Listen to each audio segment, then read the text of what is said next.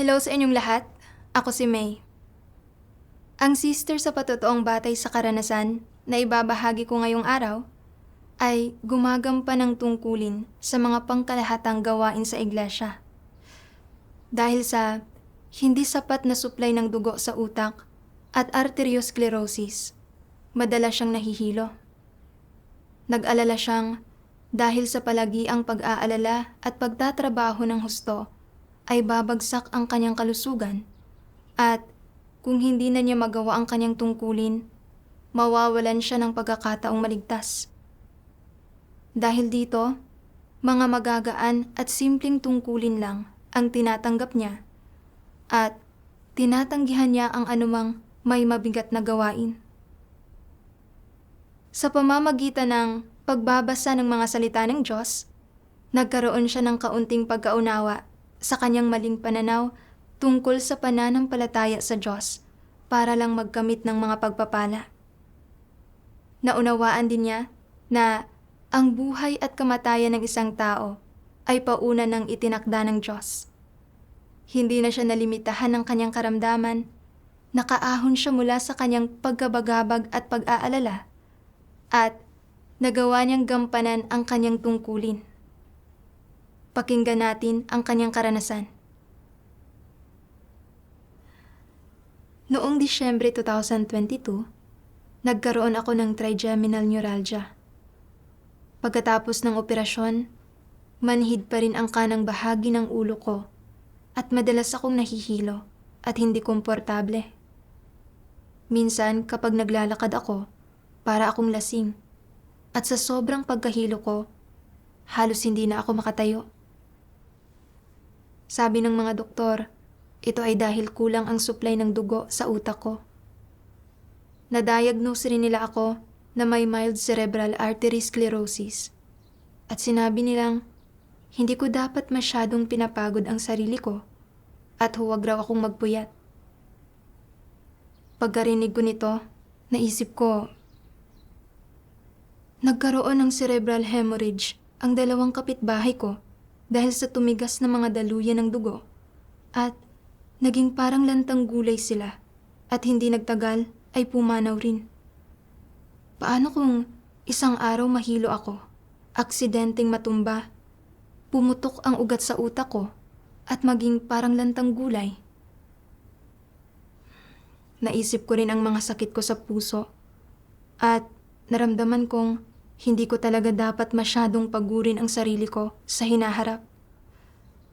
Kung tutuusin, kung bibigay ang katawan ko dahil sa sobrang pagod at hindi ko na magagawa ang mga tungkulin ko, hindi ba't makahahad lang ito sa paglago ng buhay ko? Paano ko makakamit ang kaligtasan kung gayon?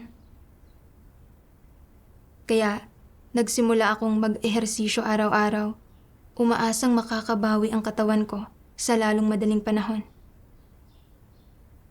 Pagsapit ng Abril 2023, medyo nanumbalik ang kalusugan ko, kaya nagboluntaryo akong gampanan ang ilang tungkulin ng mga pangkalahatang usapin ng iglesia. Maalalahanin ang mga sister na katuwang ko. Mga magaan at simpleng gampanin lang ang ibinibigay nila sa akin. Masayang masaya ako. Pakiramdam ko, napakainam ng tungkulin ko na hindi ko na kailangang mag-alala o magpakapagod ng husto at na sa paggawa ko ng tungkuling ito, hindi maaantala ang paghahangad ko ng kaligtasan. Noong Mayo 2023, dahil sa mga isyong pangsiguridad, hindi na makapagpatuloy sa paggawa ng kanilang mga tungkulin ang diakono ng pangkalahatang usapin at ang mga sister na katuwang ko. At bigla na lang bumagsak sa akin mag-isa ang lahat ng responsibilidad nila. Medyo nakaramdam ako ng paglaban. Iniisip na hindi pa ako lubusang gumagaling at napakaraming gawain. Paano kung umatake ang sakit ko, mahilo ako at matumba sa daan? Pagkatapos, ay naisip ko kung paanong walang ibang mahanap ang iglesia na angkop para sa gawain ng pangkalahatang usapin at na Ako lang ang pamilyar sa gawain, kaya hindi ako pwedeng tumanggi. Naisip ko na kung aktibo akong makikipagtulungan para itaguyod ang gawain ng iglesia, poprotektahan ako ng Diyos. Kaya nagpasakop ako. Maraming gawaing dapat asikasuhin at abala ako araw-araw. Makalipas ang ilang panahon, lumala ang pagkahilo ko at kung minsan, pagkatapos ng pisikal na trabaho sa umaga, parang ayaw nang sumunod ng mga kamay at paa ko sa gabi. Dagdag pa roon, sumama pa ang kondisyon ng aking herniated disc at nanakit ang ibabang bahagi ng likod ko. Naisip ko, kung patuloy akong magpapakapagod ng ganito, mauuwi ba akong nakaratay na lang at parang lantang gulay gaya ng mga kapitbahay ko? Baka nga mamatay pa ako. Kung hindi ko man lang kayang gawin ang mga simpleng tungkulin, paano pa ako maliligtas? Inakala ko na sa pamamagitan ng pagpapasa ng mga responsibilidad, poprotektahan at babantayan ako ng Diyos at tutulungan akong mabilis na gumaling. Pero ngayon, sa halip na bumuti, mas lumala ang kondisyon ko. Mukhang hindi ko dapat masyadong intindihin ang mga tungkulin ko. Dapat kong unahin ang kalusugan ko. Noong panahong iyon, wala pang napiling diakono ang iglesia para sa mga pangkalahatang usapin at ilang item ang kailangang pangasiwaan agad-agad. Pero naisip ko na mangangailangan ng paggugol ng lakas at pagsisikap ang pangangasiwa sa mga item na ito. Kaya ayaw kong gawin ito. Naisip ko, hindi maganda ang kalusugan ko. At kung bumigay ang katawan ko dahil sa sobrang pagod, hindi ito magiging sulit. Sa bagay, hindi naman ako ang diakono ng mga pangkalahatang usapin, kaya dapat kong unahin ang kalusugan ko. Dahil dito, isinaalang-alang ko lamang ang aking pisikal na kalusugan at hindi ko pinangasiwaan ang mga item na ito. Kalaunan, pagkatapos magsubaybay at magtanong ang leader tungkol dito, saka lang ako nakipagtulungan sa ilang kapatid para asikasuhin ang mga item na ito.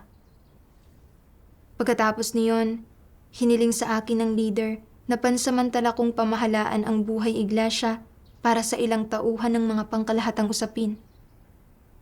Naisip ko, hindi ko talaga naiintindihan ang mga taong ito.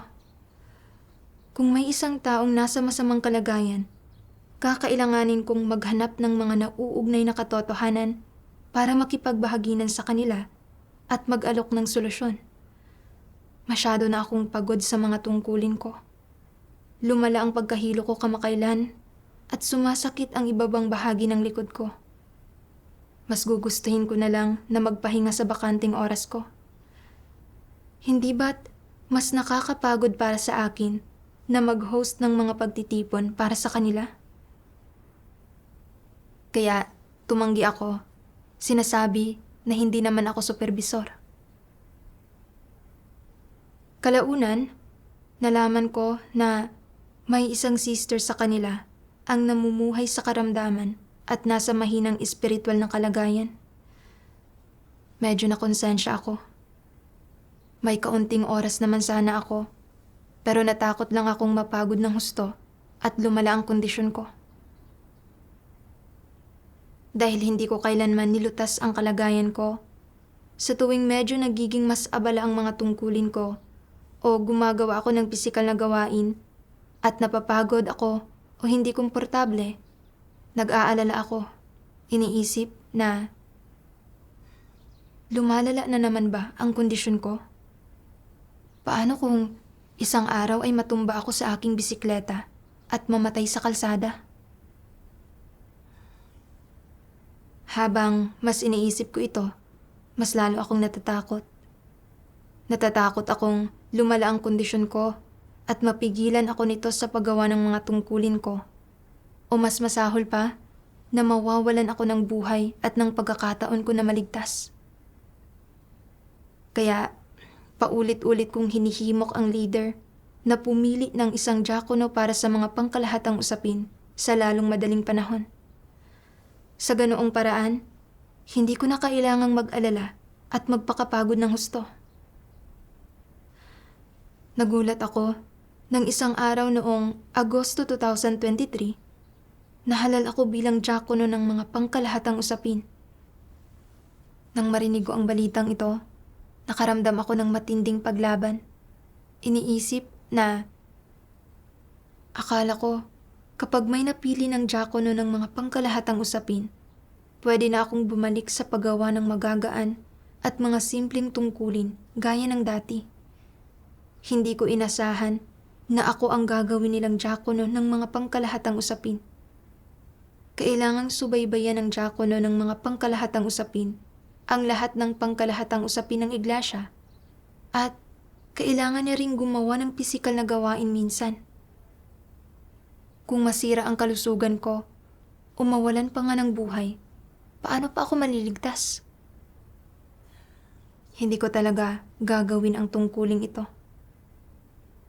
Kaya naghanap ako ng dahilan, sinasabing, hindi sapat ang kakayahan ko para sa tungkulin ng isang diakono ng mga pangkalahatang usapin. Nakipagbahaginan sa akin ang leader tungkol sa layunin ng Diyos. Hinihiling sa akin na higit akong maghanap. Medyo nakonsensya ako at napagtanto ko na may pahintulot ng Diyos ang pagkakapili sa akin ng mga kapatid bilang diakono. Hindi na ako pwedeng lumaban pa. Kaya nagdasal ako sa Diyos at tinanggap ko ito pansamantala. Kalaunan, napagtanto ko na dahil sa palagian kong pagtutok sa aking karamdaman, na ipakita nito ang kawalan ko ng pagkaunawa sa kataas-taasang kapangyarihan ng Diyos. Kaya naghanap ako ng mga salita ng Diyos tungkol dito. Isang araw, napanood ko ang isang video ng patotoong batay sa karanasan na naglalaman ng isang sipi ng mga salita ng Diyos na labis na nakatulong sa akin. Sabi ng makapangyarihang Diyos, nariyan din ang mga taong hindi maganda ang kalusugan, na mahina ang pangangatawan at kulang sa enerhiya, na madalas na may malubha o kaunting karamdaman, na hindi man lamang magawa ang mga pangunahing bagay na kinakailangan sa pang-araw-araw na buhay, na hindi kayang mabuhay o kumilos tulad ng mga normal na tao. Ang gayong mga tao ay madalas na hindi komportable at hindi maayos ang pakiramdam habang ginagampanan nila ang kanilang mga tungkulin. Ang ilan ay mahina ang pangangatawan, ang ilan ay may tunay na mga karamdaman, at syempre, may ilan na may natuklasan ng sakit at kung anong posibleng sakit. Dahil may gayon silang praktikal na pisikal na mga paghihirap, ang gayong mga tao ay madalas na nalulubog sa mga negatibong emosyon at nakakaramdam ng pagkabagabag, pagkabalisa at pag-aalala. Ano ang kanilang ikinababagabag, ikinababalisa at ipinag-aalala?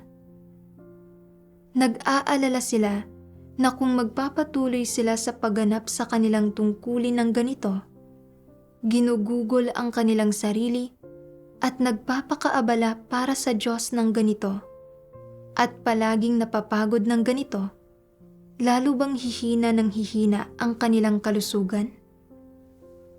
Kapag sila ay nasa edad 40 o 50 na, mararatay na lang ba sila sa kama? May basehan ba ang mga pag-aalalang ito? Kung mayroon, may sino man ba na magbibigay ng konkretong paraan ng pagharap dito? Sino ang magiging responsable rito? Sino ang mananagot? Ang mga taong may mahinang kalusugan at hindi maayos na pangangatawan ay nababagabag, nababalisa, at nag-aalala sa mga ganitong bagay. Ang mga may karamdaman ay madalas na iniisip na determinado akong gampanan ng mabuti ang tungkulin ko. May ganito akong karamdaman at hinihiling ko sa Diyos na protektahan ako. Kapag nariyan ang proteksyon ng Diyos, hindi ko kailangang matakot. Ngunit kung mapagod ako habang ginagampanan ko ang mga tungkulin ko, lalala ba ang aking kalagayan? Ano ang gagawin ko kung talagang lumala ang kalagayan ko? Kung kailangan kong maospital upang sumailalim sa operasyon, wala akong perang pambayad para dito. Kaya kung hindi ko uutangin ang pera para sa pagpapagamot, lalo bang lalala ang kalagayan ko? At kung lumala nga talaga ito, mamamatay ba ako? Maituturing bang normal na pagkamatay ang gayong kamatayan? Kung mamamatay nga talaga ako, maaalala ba ng Diyos ang mga tungkulin na ginampanan ko? Maituturing kayang gumawa ako ng mabubuting gawa? Makakamtan ko ba ang kaligtasan? May ilan ding nakakaalam na may sakit sila. Ibig sabihin, alam nilang mayroon silang tunay na karamdaman o iba pa. Halimbawa, mga sakit sa tiyan, pananakit ng ibabang bahagi ng likod at ng binti, arthritis, rayuma, pati na rin mga sakit sa balat, sakit ng mga kababaihan, sakit sa atay, alta presyon, sakit sa puso, at iba pa. Iniisip nila, kung patuloy kong gagampanan ang tungkulin ko, sasagutin ba ng sambahayan ng Diyos ang bayarin para sa pagpapagamot ng sakit ko? Kung lumala ang karamdaman ko at maapektuhan nito ang pagganap ko sa tungkulin ko, pagagalingin ba ako ng Diyos? May ibang tao na gumaling matapos manampalataya sa Diyos. Kaya gagaling din ba ako? Pagagalingin ba ako ng Diyos gaya ng kanyang pagpapakita ng kabutihan sa iba? Kung tapat kong gagampanan ang tungkulin ko, dapat akong pagalingin ng Diyos. Ngunit kung ako lang ang may gusto na pagalingin ako ng Diyos at ayaw niyang gawin ito, ano na ang gagawin ko kung gayon? Tuwing iniisip nila ang mga bagay na ito, nararamdaman nila ang pag-usbong ng matinding pagkabalisa sa kanilang puso. Kahit na hindi sila kailanman tumitigil sa pagganap ng kanilang tungkulin at palagi nilang ginagawa ang dapat nilang gawin, palagi nilang iniisip ang kanilang karamdaman, kalusugan, hinaharap at ang tungkol sa kanilang buhay at kamatayan. Sa huli, ang nagiging konklusyon nila ay nangangarap silang, pagagalingin ako ng Diyos, poprotektahan ako ng Diyos. Hindi ako aabandonahin ng Diyos at hindi babaliwalain ng Diyos kung makikita niyang nagkakasakit ako. Walang anumang basehan na mag-isip ng ganito at masasabi pa ngang isang uri ito ng kuro-kuro.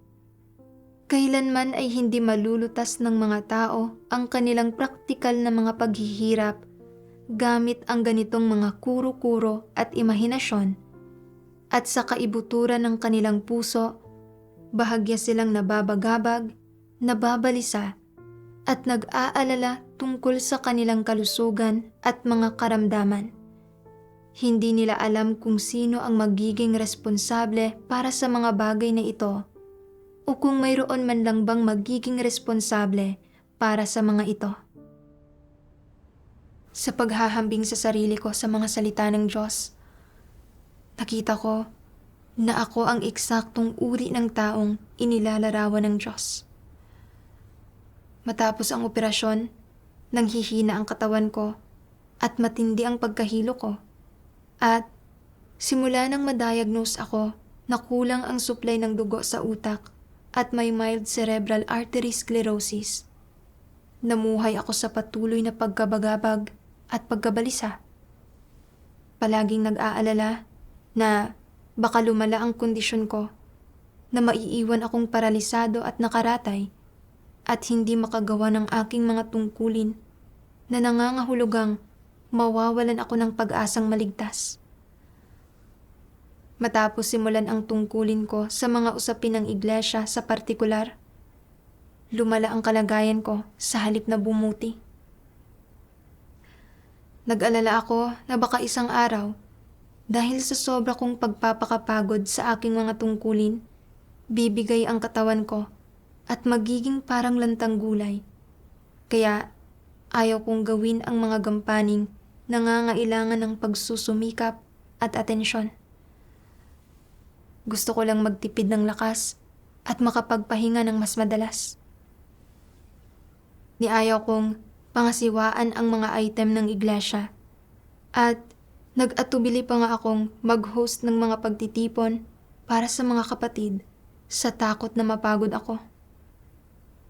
Bilang resulta, nabigo akong lutasin ang kalagayan ng isang sister sa tamang oras na umaantala sa kanyang buhay pagpasok.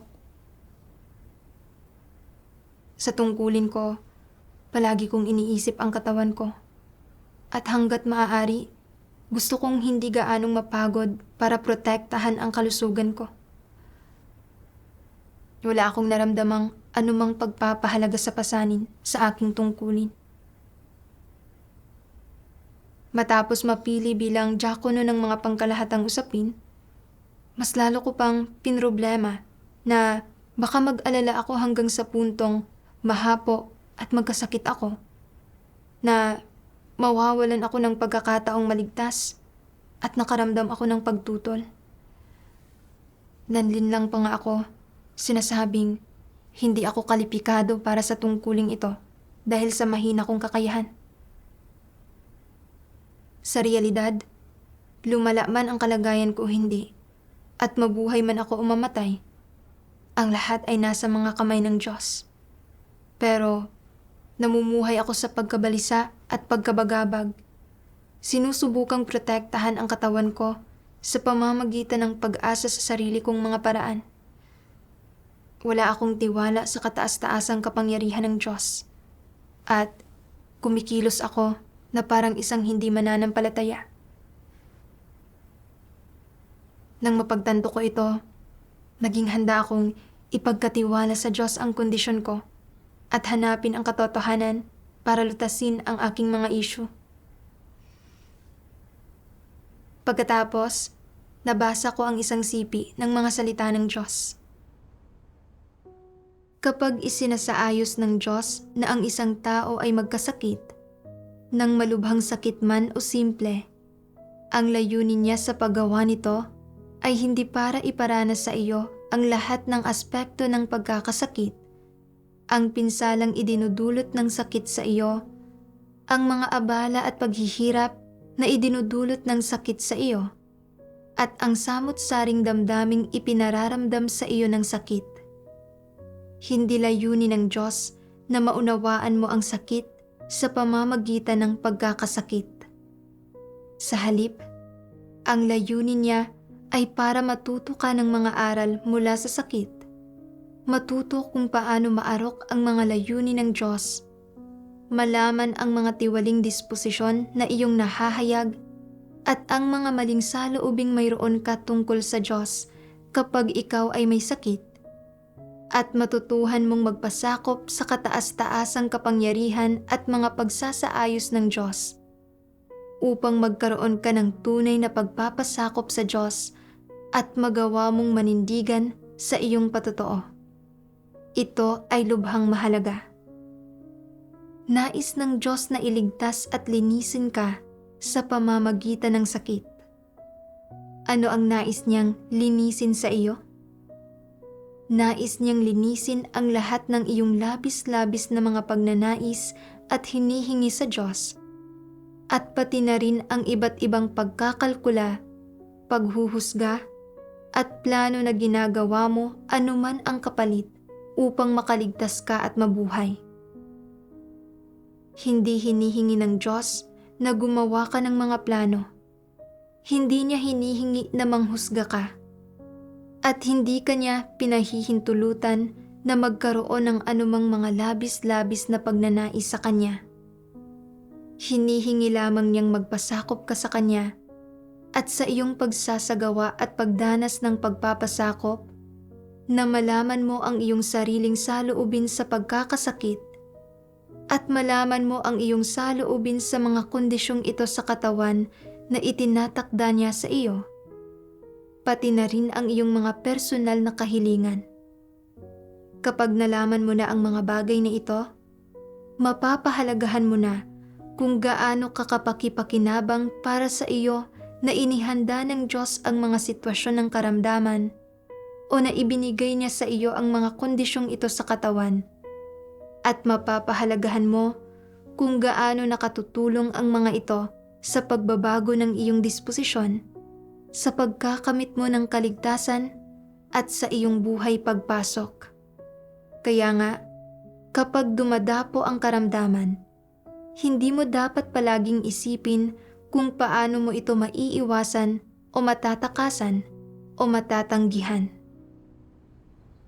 Sinasabi ng Diyos na ang karamdaman ay hindi sumasapit sa atin para panatilihin tayong mamuhay sa pagkabalisa at pagkabagabag o para subukan nating iwasan ito, kundi para hayaan tayong matuto ng mga aral mula rito, para makilala ang mga katiwalian at mga karumihan at mga maling intensyon na ibinubunyag natin kapag tinatamaan tayo ng sakit, para makapagpasakop tayo sa mga pamamatnugot at mga pagsasaayos ng Diyos.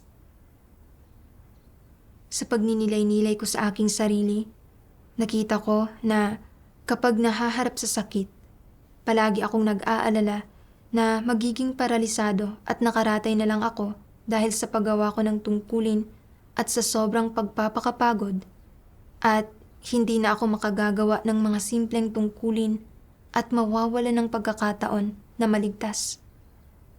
Pagkatapos, kapag ginagawa ko ang mga tungkulin ko, palagi kong sinusubukang iwasang magpakapagod hanggat maaari, at kahit nang mapili ako bilang diakono ng mga pangkalahatang usapin, sinubukan kong manlinlang at iniwasan ko ito. Palagi akong nababahala tungkol sa kalusugan ko, nag-aalala sa kinabukasan at mga landas ko sa hinaharap, nang hindi man lang iniisip ang gawain ng iglesia. Sobra akong makasarili at kasuklam-suklam. Kung hindi dahil sa karamdaman na ito, hindi sana mabubunyag ang aking panloob na paghihimagsik at katiwalian, at lalong hindi ako malilinis at mababago. Kailangan kong magpasakop sa mga pamamatnugot at mga pagsasaayos ng Diyos at hanapin ang katotohanan para matuto ng aral. Kalaunan, nabasa ko ang siping ito ng mga salita ng Diyos. Ano ang halaga ng buhay ng isang tao? Ito ba ay para lamang sa pagpapakasasa sa laman, tulad ng pagkain, pag-inom, at pagpapakaaliw? Hindi. Kung gayon, ano ito? Kapag ang isang tao ay pumarito sa mundong ito, hindi ito para sa kasiyahan ng laman, ni sa pagkain, pag-inom, at paglilibang.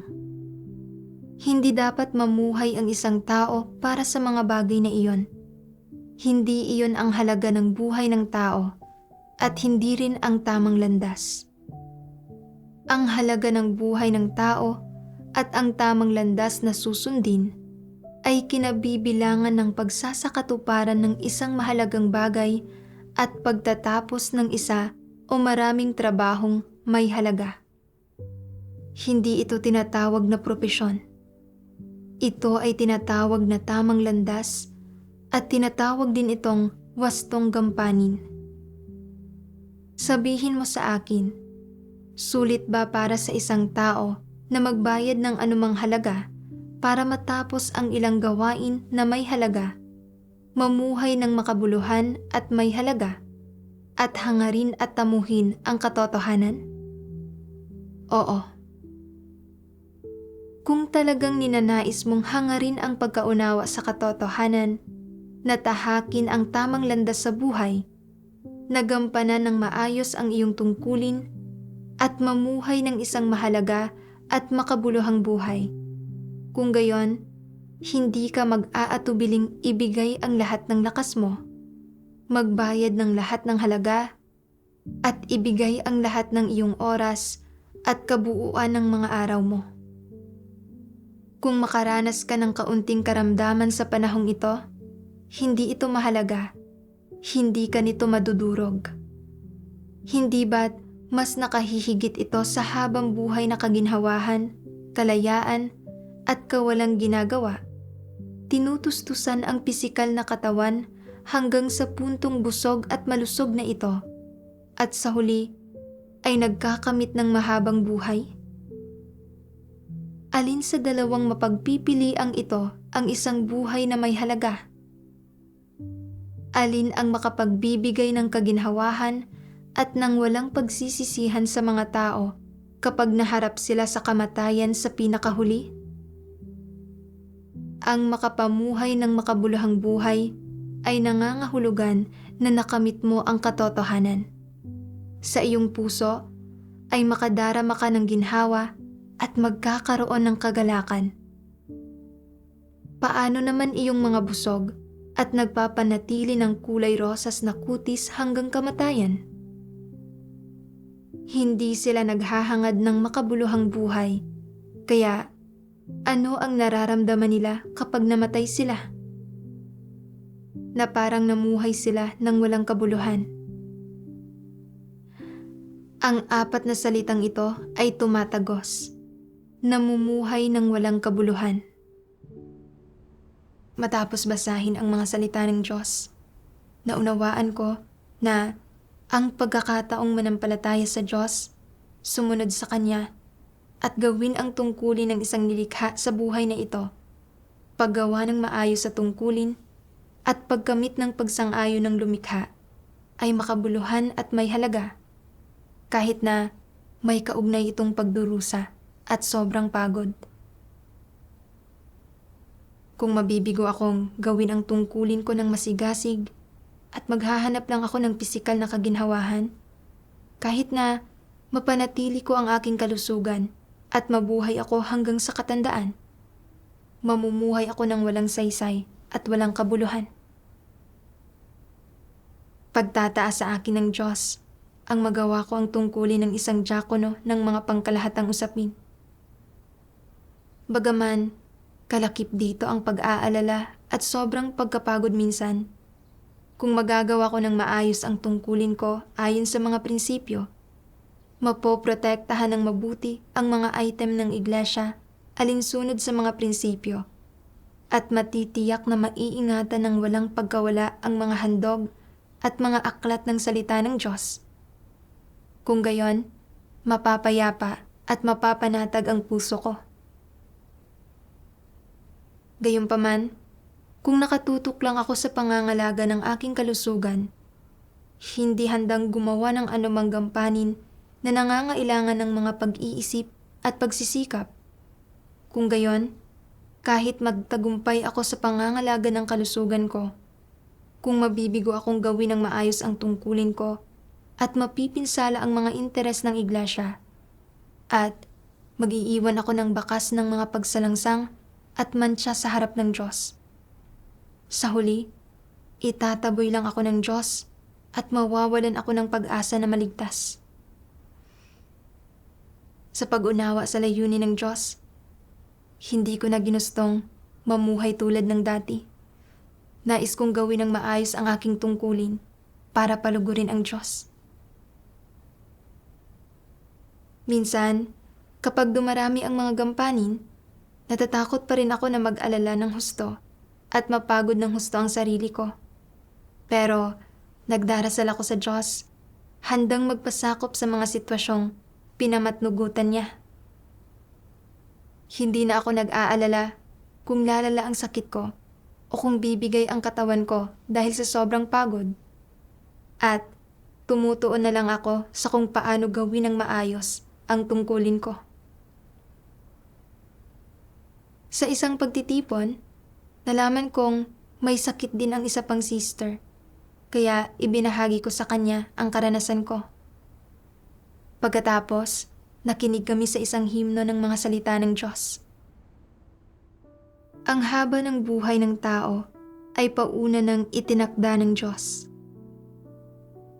Kapag nagkakasakit ang mga tao, maaari silang lumapit ng madalas sa Diyos at tiyakin na gawin nila ang nararapat ng may pagsisinop at pag-iingat at tratuhin ang kanilang tungkulin ng may higit na pag-iingat at kasipagan kaysa sa iba. Pagdating sa mga tao, ito ay isang proteksyon, hindi mga kadena. Ito ay isang pamamaraan sa pasibong aspekto. Dagdag pa riyan, ang haba ng buhay ng bawat tao ay paunang inorde ng Diyos. Maaaring nakamamatay ang isang karamdaman mula sa pananaw ng medisina, ngunit sa pananaw ng Diyos, kung kailangan mo pang mabuhay at hindi pa ito ang iyong oras, hindi ka mamamatay kahit gusto mo. Kung mayroon kang atas mula sa Diyos at hindi pa tapos ang iyong misyon, hindi ka mamamatay kahit na magkaroon ka ng isang karamdaman na nakamamatay, hindi ka pa kukunin ng Diyos. Kahit hindi ka magdasal at maghanap ng katotohanan at hindi mo ipagamot ang iyong karamdaman, o kahit maantala ang iyong pagpapagamot, hindi ka mamamatay. Totoo ito, lalo na sa mga taong may mahalagang atas mula sa Diyos. Kapag hindi pa tapos ang kanilang misyon, anumang karamdaman ang dumapo sa kanila, hindi sila agad mamamatay. Mabubuhay sila hanggang sa huling sandali ng pagtatapos ng misyon. Mula sa mga salita ng Diyos, naunawaan ko na ang haba ng buhay ng tao ay nasa mga kamay ng Diyos at ang buhay at kamatayan ay pauna ng itinadhana ng Diyos. Kahit malubha ang isang karamdaman, kung hindi pa tapos ang buhay ng isang tao, hindi siya mamamatay kahit hindi inaalagaan. Pero kung dumating na ang oras niya, kahit sa pinakamainam na pangangalaga, mamamatay pa rin siya. Naalala ko ang sakit sa puso ng kuya ko na dulot ng diabetes, 10 taon na ang nakararaan. Ilang beses na naglabas ang ospital ng mga abiso ng kritikal na kondisyon na nagsasabing hindi na siya maliligtas. Gayunpaman, pagkatapos magpahinga sa bahay ng ilang panahon, unti-unting nanumbalik ang kalusugan niya at buhay pa siya hanggang ngayon. Pero ang kanyang anak na lalaki, isang malakas na binata na nasa 20 anyos, ay umuwi ng nakalib sa hukbo dahil masama ang pakiramdam at na-diagnose siya sa ospital na may acute leukemia. Ginamit nila ang pinakamahusay na gamot at kagamitan at kinonsulta ang mga nangungunang espesyalista. Pero pumanaw siya sa loob ng 1 linggo. Ipinakita sa akin ng mga pangyayaring ito na ang buhay at kamatayan ng tao ay talagang ang inorde ng Diyos. Pero palagi akong nag-aalala na baka lumala ang kondisyon ko dahil sa pagtatrabaho ng husto at kaya pinipili ko ang magagaan at madadaling gampanin kapag ginagawa ang aking tungkulin. Iniisip na hindi nito mapapalala ang karamdaman ko. Hindi talaga ako naniwala na nasa mga kamay ng Diyos ang buhay at kamatayan. Sa realidad, pauna ng itinadhana ng Diyos ang haba ng buhay ko at walang saysay ang mag-alala pa dahil ginagapos at sinasaktan lang ako nito at pinipigilan ako nitong maging tapat sa tungkulin ko at gawin ng maayos ang tungkulin na kaya kong gawin ng maayos. Sa pagkaunawang ito, nagkaroon ako ng pananalig. Patuloy kong Iniinom ang gamot ko gaya ng nakagawian at nag-eehersisyo ako kapag may oras ako. At hindi na ako nalilimitahan ng takot sa kamatayan. Bagaman abala pa rin ako sa mga tungkulin ko araw-araw, hindi ko na naramdamang lumalala ang kondisyon ko. Sa katunayan, mas nagiging masigla ako sa araw-araw. Kalaunan, habang nakikipag-usap sa isang sister tungkol sa kalagayan ko kamakailan, sa pamamagitan ng kanyang mga paalala, napagtanto ko na sa likod ng patuloy na pag-aalala at pagkabalisa ay ang intensyon ko na makatanggap ng mga pagpapala. Nabasa ko ang mga salitang ito ng Diyos. Napakaraming naniniwala sa akin para lamang pagalingin ko sila. Napakaraming naniniwala sa akin para lamang gamitin ko ang aking kapangyarihan upang itaboy ang maruruming espiritu mula sa kanilang mga katawan. At napakaraming naniniwala sa akin para lamang makatanggap sila ng kapayapaan at kagalakan mula sa akin. Napakaraming naniniwala sa akin para lamang hingan ako ng mas maraming material na kayamanan. Napakaraming naniniwala sa akin para lamang gugulin ang buhay na ito sa kapayapaan at maging ligtas at matiwasay sa mundong darating. Napakaraming nananampalataya sa akin para maiwasan ang pagdurusa ng impyerno at para matanggap ang mga pagpapala ng langit. Napakaraming nananampalataya sa akin para lang sa pansamantalang kaginhawahan, ngunit hindi naghahangad magkamit ng anuman sa mundong darating. Kapag ibinuhos ko ang aking matinding galit sa mga tao at binabawi ko ang lahat ng kaligayahan at kapayapaan na dati nilang taglay, napupuno sila ng pagdududa. Kapag ibinigay ko sa mga tao ang pagdurusa ng impyerno at binabawi ko ang mga pagpapala ng langit, nagagalit sila ng husto. Kapag hinihiling sa akin ng mga tao na pagalingin ko sila at hindi ko sila pinapakinggan at namuhi ako sa kanila, nililisa nila ako upang sa halip ay hanapin ang paraan ng panggagaway at pangkukulam. Kapag inaalis ko ang lahat ng hiningi ng mga tao sa akin, naglalaho silang lahat ng walang bakas.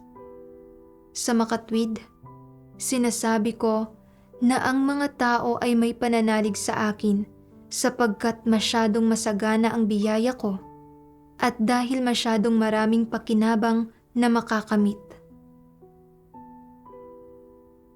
Ang lahat ng tiwaling tao ay nabubuhay para sa kanilang mga sarili. Ang bawat tao para sa kanyang sarili at bahala na ang iba. Ito ang buod ng kalikasan ng tao. Ang mga tao ay nananampalataya sa Diyos para sa kanilang sariling kapakanan. Kapag tinatalikdan nila ang mga bagay-bagay at ginugugol ang kanilang mga sarili para sa Diyos, ito ay para pagpalain. At kapag deboto sila sa Kanya, ito ay para pa rin magantimpalaan. Sa kabuuan, lahat ito ay ginagawa para sa hangaring pagpalain, gantimpalaan, at makapasok sa kaharian ng langit. Sa lipunan, nagtatrabaho ang mga tao para sa kanilang pansariling pakinabang at sa sambahayan ng Diyos, gumagawa sila ng tungkulin para pagpalain. Alang-alang sa pagtatamo ng mga pagpapala, kaya tinatalikdan ng mga tao ang lahat at nakatitiis sila ng matinding pagdurusa.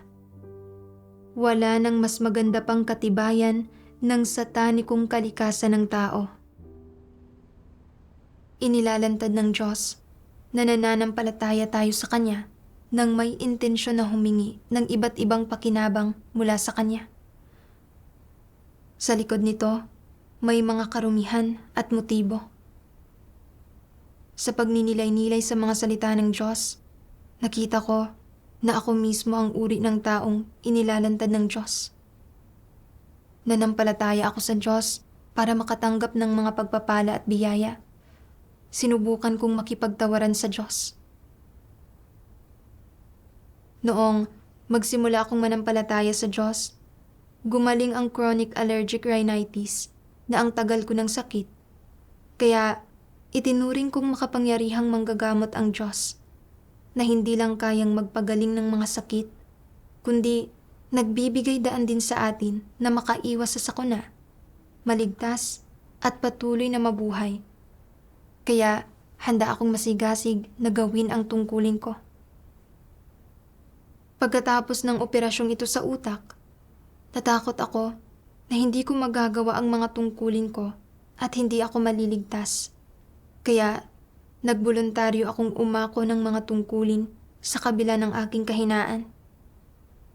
Akala ko hanggat magagawa ko ang aking tungkulin, may pag-asa ako na maligtas. Nang maharap sa mga alalahanin sa seguridad at nagtago ang diakono ng mga pangkalahatang usapin at ang mga katuwang ko na sister, dapat sana ay inuna ko ang mga interes ng iglesia at pinasan ang mga tungkulin ng mga pangkalahatang usapin na kaya ko namang gawin.